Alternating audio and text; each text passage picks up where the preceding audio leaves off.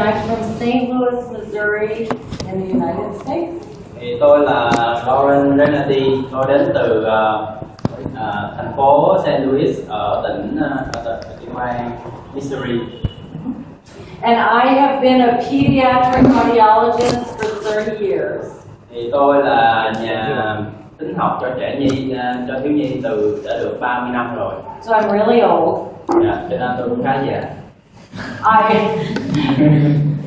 I feel really young though, working with children. That's why I do what I do. I love working with children. Nhưng mà tôi cảm thấy mình rất là trẻ ra mỗi khi tôi làm việc với trẻ em, cho nên là tôi rất là yêu công việc của mình. I work at St. Louis Children's Hospital. Thì tôi làm việc ở bệnh viện Nhi St. Louis. And I've been there for 13 years. Và cũng làm việc ở đó là 30 năm rồi. I want to say that just by being here tonight, you have shown how much you care for your children. Thì cô cũng nói là cô muốn thể hiện cái sự là mọi người ở đây chỉ việc tới đây thôi hôm nay là đã thể hiện cái sự quan tâm rất là nhiều cho trẻ em của mình. And I've had the opportunity to work with some amazing technicians, teachers, and our team is just, and interpreters. Thì cô nói là trong chỉ mới có mấy ngày qua thôi là cô đã được làm việc với những nhóm kỹ thuật viên, giáo viên cũng như là những người đã tổ chức chương trình này rất là tuyệt vời. So it's been an honor and a privilege to be invited to Vietnam. Và cô cũng rất vinh dự được tới Việt Nam của chúng ta. So Sarah suggested that that the hearing aids, we need to make sure that we fit the hearing aids to your child. We use the audiogram to fit those hearing aids so the child can hear speech and other sounds. Thì như cô Sarah lúc nãy cũng đã nói là chúng ta cần phải chỉnh mấy trợ thính phù hợp cho trẻ dựa trên tính từ đồ lúc nãy chúng ta đo được cho trẻ. But just because we put on hearing aids doesn't mean that immediately your child's going to hear. Thì nhưng mà việc đeo mấy trợ thính lên á, thì không có nghĩa là mới đeo lên lần đầu là mình bé có thể nghe được tất cả mọi thứ liền. So with the help of the classroom teacher, the speech therapist, the auditory verbal therapist, and mom and dad, thì ngoài việc đeo máy trợ thính lên, bé cần có sự hỗ trợ của trị liệu viên, của những nhà trị liệu ngôn ngữ, nhà trị liệu lời nói, cũng như là ba và mẹ. We can help the child to learn to use and understand the sound coming from the hearing aids. Chúng ta sẽ dạy cho bé cách để bé có thể học được cách là sử dụng, có thể nghe được, hiểu được những âm thanh mà bé nghe được từ máy trợ thính. Okay.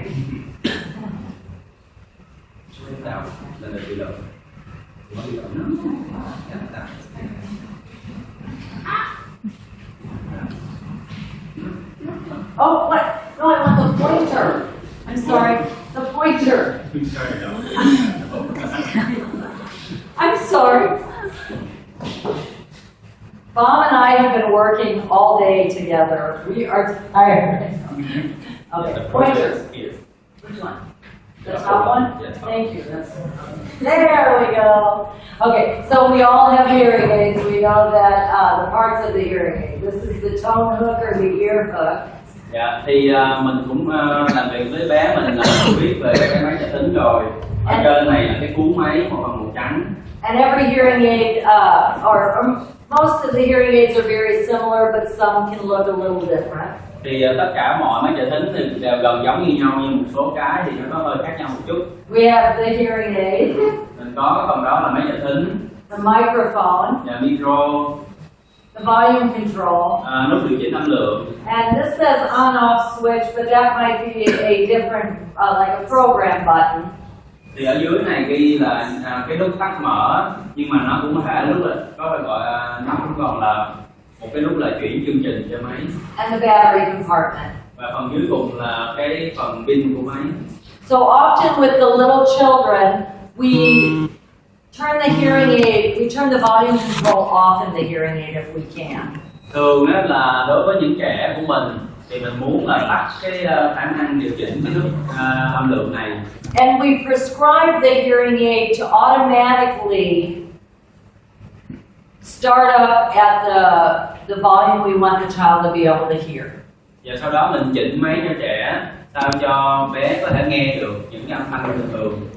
We don't want the child accidentally turning the hearing aid down or turning the hearing aid up. Mình cũng không muốn là trẻ vô tình sẽ bấm phải cái nút âm lượng đó và nó tăng âm lượng hay là giảm âm lượng. And when they get older, we may give them back their volume control so they can control it themselves. Nhưng mà khi trẻ lớn hơn thì mình có thể cho trẻ khả năng điều chỉnh cái âm lượng này để cái trẻ có thể tự điều chỉnh được. We'll also often put on a tamper-resistant or a child-resistant battery compartment so that they can't open it because batteries, if swallowed, can be poisonous. Thì ngoài ra cửa pin này còn có thể là mình đối với các trẻ em á, thì mình cần phải là khóa cửa pin lại, nó có một phần khóa cửa pin. Tại vì nếu mà trẻ vô tình mở cửa pin ra và đút phải pin á, thì nó sẽ gây độc cho trẻ. So how do hearing aids work? Oh, yeah, now you're gonna have that. Vậy thì máy trợ thính mình hoạt động như thế nào? So the microphone picks up the sound from the environment. Vậy thì cái micro của máy trợ thính sẽ lấy âm thanh từ bên môi trường bên ngoài vào. The sound sent to an amplifier inside the hearing aid. Âm thanh nó được truyền vào trong và được máy trợ thính nó khuếch đại lên. And the processor within the hearing aid amplifies the sound to the right level for your child. Và bộ xử lý của máy trợ thính bắt đầu khuếch đại lên đúng theo cái khả năng nghe của bé. And how do we know it's the right level for your child? The audiology technician has programmed your child's hearing aid for the right level. Thì cái độ khuếch đại đúng cái mức của bé thì sẽ được các nhà thính học họ chỉnh máy cho bé cho phù hợp với cái thính lực của bé. The sound is sent through the ear hook, through the tubing in the ear mold, and the ear mold directs the sound into your child's ear canal. Thì âm thanh sẽ truyền vào cuốn máy sẽ truyền ra ống rồi sẽ truyền vào cái nướm tai của bé và đi vào tai. So here we have the hearing aids in the ear molds. We all know what, on this we have volume control and a switch. Usually in the hearing aids, turning on the hearing aid or turning off the hearing aid, we open the battery compartment. Turning it on, we close the battery compartment. Thì ở trên này là một cái máy trợ thính và cái nướm tai của mình. Ngoài ra là có nút điều khiển âm lượng và công tắc mở máy. Thường đó là các máy trợ thính của bé sử dụng sẽ là tháo cái nắp pin ra là mình tắt máy, còn mình gắn nắp pin lại tức là mình mở máy lên. So what can you do with hearing aids? How can you, the most important thing that you can do is to encourage and to help your child wear the hearing aids all day, every day. Vậy thì mình muốn là trẻ mình sẽ đeo máy trợ thính mỗi ngày. Now I can stand up here and tell you that I want you to have your child wear the hearing aid all day, every day, but sometimes there are some challenges with that. Thì cô cũng muốn nói là mọi người có ráng làm sao cho con mình đeo được mỗi ngày luôn, nhưng mà sẽ khó khăn trong cái việc đó. And so I encourage you to talk to other parents, talk to teachers, talk to parents, other parents, talk to teachers, and to talk to some of the therapists, and they can give you some ideas and some suggestions on how to keep the hearing aids on your child. Thì khi mà mình gặp khó khăn trong việc là giữ cho bé đeo hàng ngày, mỗi ngày, những cái lúc mà bé thức á, thì mình có thể hỏi thăm các phụ huynh kế bên mình, hỏi thăm những các nhà trị liệu hoặc là hỏi thăm những các người chỉnh máy cho bé xem cách nào để mình có thể giải quyết được là làm sao cho bé đeo càng nhiều thời gian càng tốt. It's important that the hearing aids are functioning properly every day. Và đồng thời mình cũng phải đảm bảo là máy trợ thính hoạt động bình thường, hoạt động tốt mỗi ngày, ngày nào cũng như ngày nào. And it's important to know how your child performs with the hearing aids. What sounds your child normally hears with the hearing aids. Và đồng thời mình cũng phải biết là bé nghe như thế nào với máy trợ thính đó, bé nghe được những âm thanh nào, bình thường bé nghe được âm thanh nào. So that if your child's responses change, that can clue you in or cue you in that there might be something wrong. They might have an ear infection Thì khi mình biết được bình thường bé đang nghe được những âm thanh nào, thì khi đột nhiên bé không nghe được những âm thanh đó thì mình sẽ biết được là có vấn đề trong khả năng nghe của bé và mình có thể đó là viêm tai giữa chẳng hạn.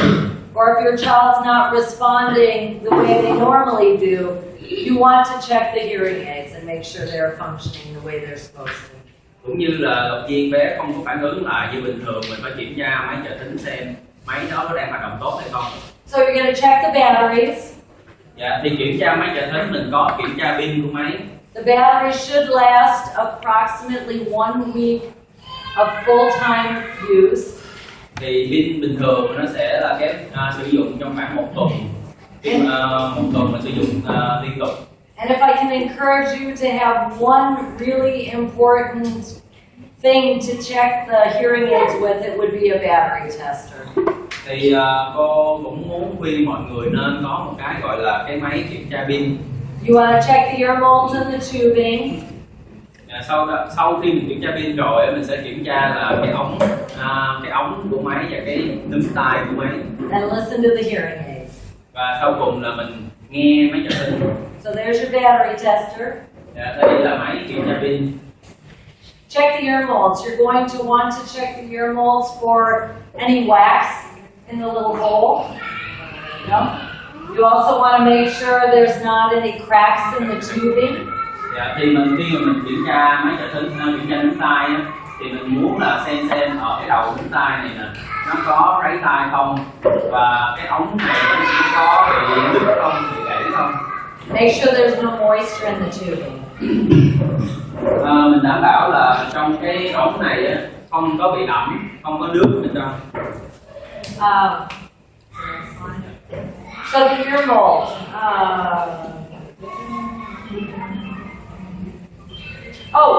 We want to make sure that the ear molds fit well in your child's ear.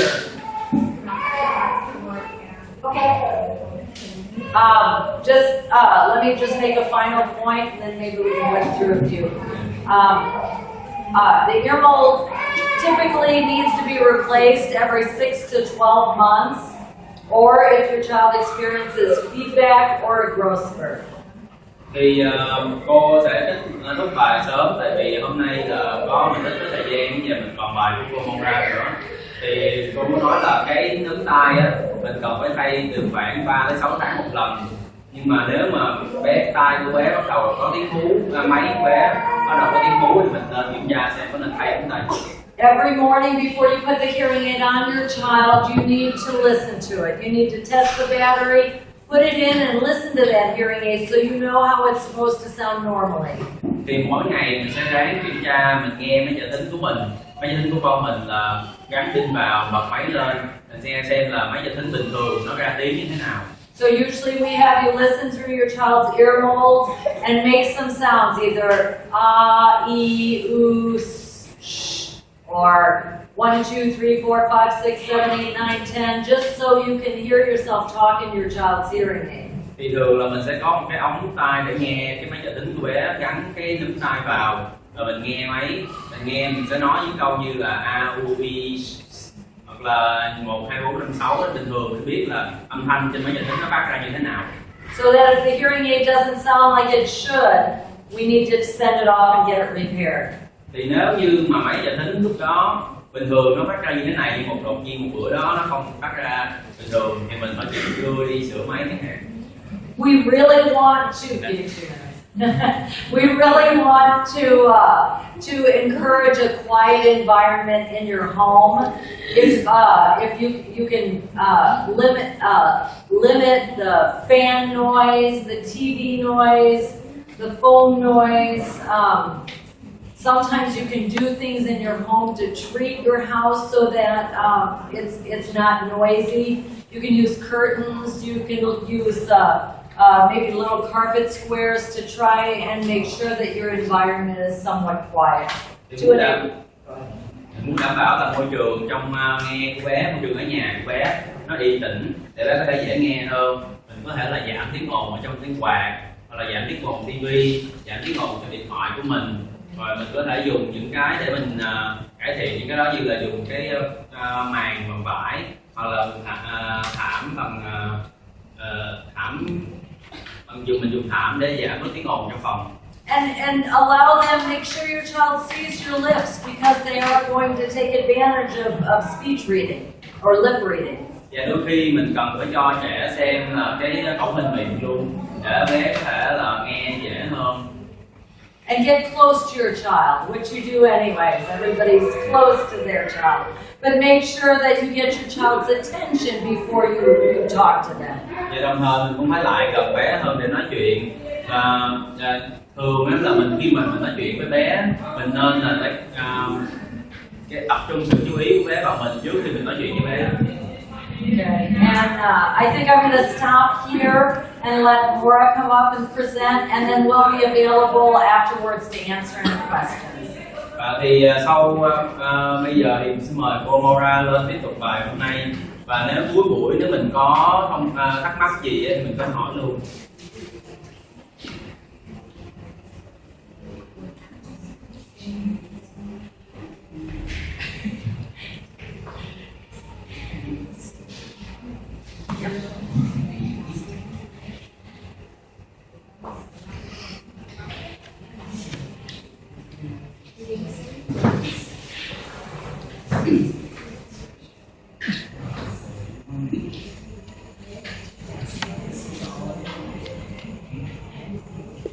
Hi everybody. Mọi người ạ.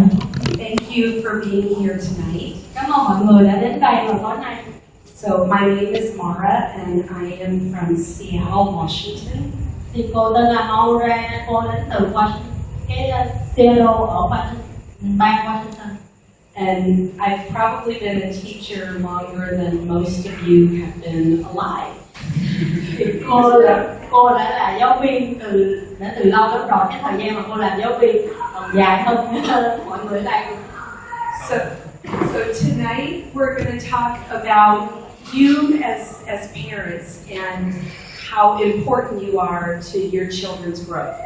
Thì tối nay mình sẽ nói về việc là mình là phụ huynh đóng vai trò quan trọng trong việc phát triển của con mình như thế nào.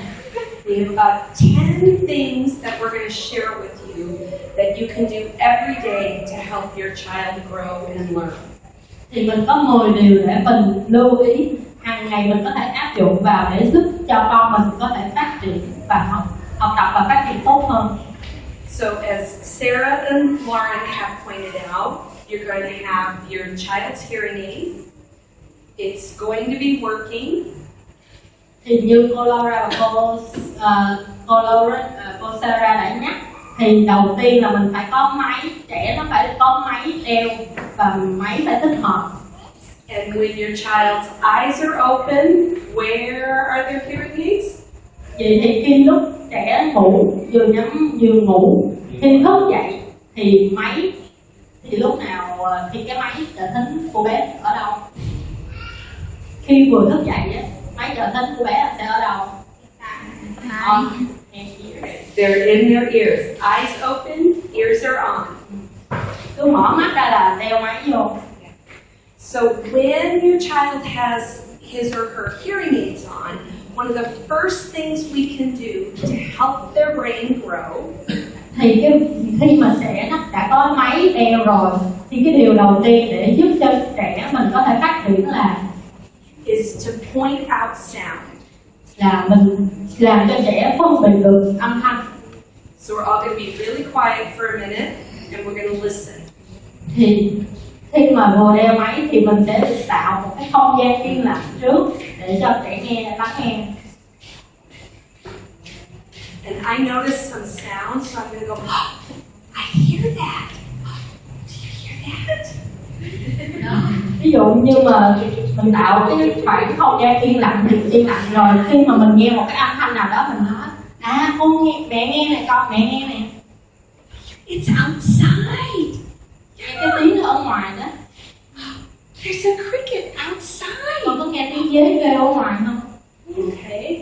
So we hear these sounds, and because we have heard our whole lives, we know what they are most of the time. Thì mình nghe những cái âm thanh này rất quen thuộc, bởi vì mình đã nghe nó từ rất lâu rồi. Your children might not notice those sounds, so we need to point them out and let them know what they are. Nhưng mà con mình thì mới vừa được đeo máy thì không có biết những cái âm thanh này, thì đó là lý do mình cần phải cho bé biết có những cái âm thanh này tồn tại xung quanh bé. and we can let them know that it stopped. Và mình có thể cho bé biết lúc này là hết rồi, It stopped. cái tiếng không chế ngừng rồi. Okay, so and pretty soon your children will start to point to their ears and go, oh, I hear that. What is it? Thì dần dần bé nó sẽ quen, bé nó sẽ có thói quen con nghe cái này nè, mà con không biết cái tiếng này là cái tiếng gì. Okay, so they're going to learn that. That's one of the first things they can learn from you. Đó là một trong những điều đầu tiên mà trẻ nó học được từ phụ huynh mình. Okay, so everybody's going to do this with me. When you hear a sound, what are you going to do? Bây giờ mọi người mình sẽ cùng làm về cùng với cô ha. Ví dụ giờ mình nghe cái âm thanh mình sẽ phải làm gì? Okay. Oh, come on, come on, come on. Okay, let's try it again. Here we go. All right. Nha. Waiting. Giờ phải nghe chờ. Oh, a little bit better. One more time, everybody. Giờ làm một lần nữa.